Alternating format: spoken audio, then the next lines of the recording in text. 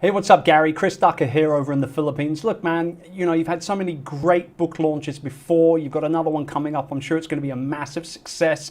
I'm curious to know from one author to another, what actually happens post-launch? Do you carry on with your marketing team pushing the book out there?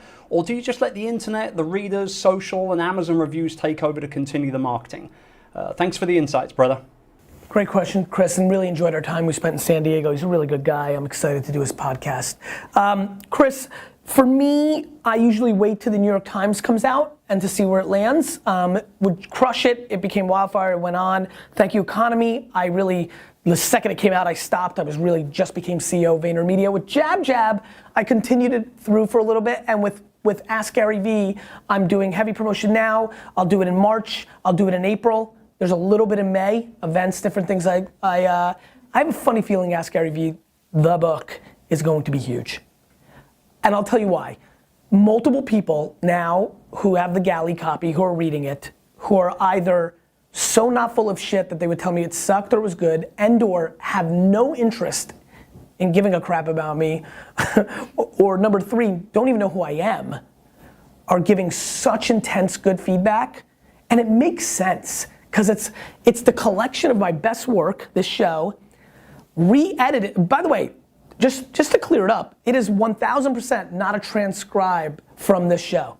Like, I re-answered all the questions in new form.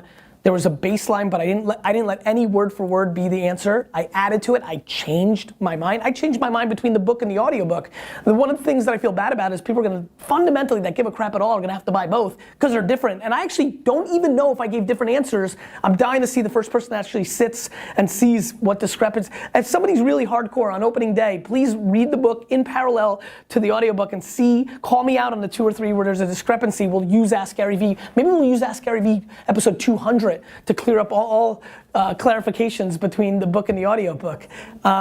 So Chris, to answer your question, I'm gonna let it take over because I actually think I'll probably, foot off the pedal in May. 3 months.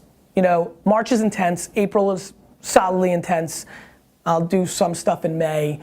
The only thing I can see happening though is I do think there might be some fire. A lot of you are buying up, with the Super 8 coming up on the 23rd. Is that next week? Is that a week from today? Yeah. From a week from today, I'll be in here for 8 hours with the big contest and all that. I have a feeling a lot of you are gonna buy 8 books, which means you're gonna give 7 books away, or 6, or sell them on eBay, do your thing. But I think that's gonna create new people. They're gonna read the book. I think it's fire. They're gonna start watching the show.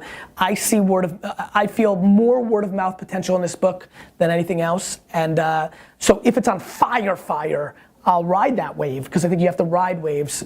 And so I'll be very exhausted if that's true because I have a lot of work to do besides the book.